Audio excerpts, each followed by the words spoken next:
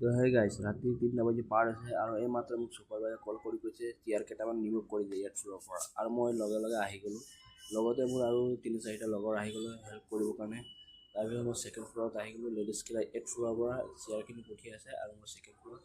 remove কৰিছোঁ লগতে মোৰ লগৰকেইটাও ৰিমুভ কৰি আছে তাৰপিছত কৰা শেষ হ'বই আৰু আকৌ মোক ছুপাৰভাইজাৰে কল কৰিছে ভাবিছিলোঁ শুম বুলি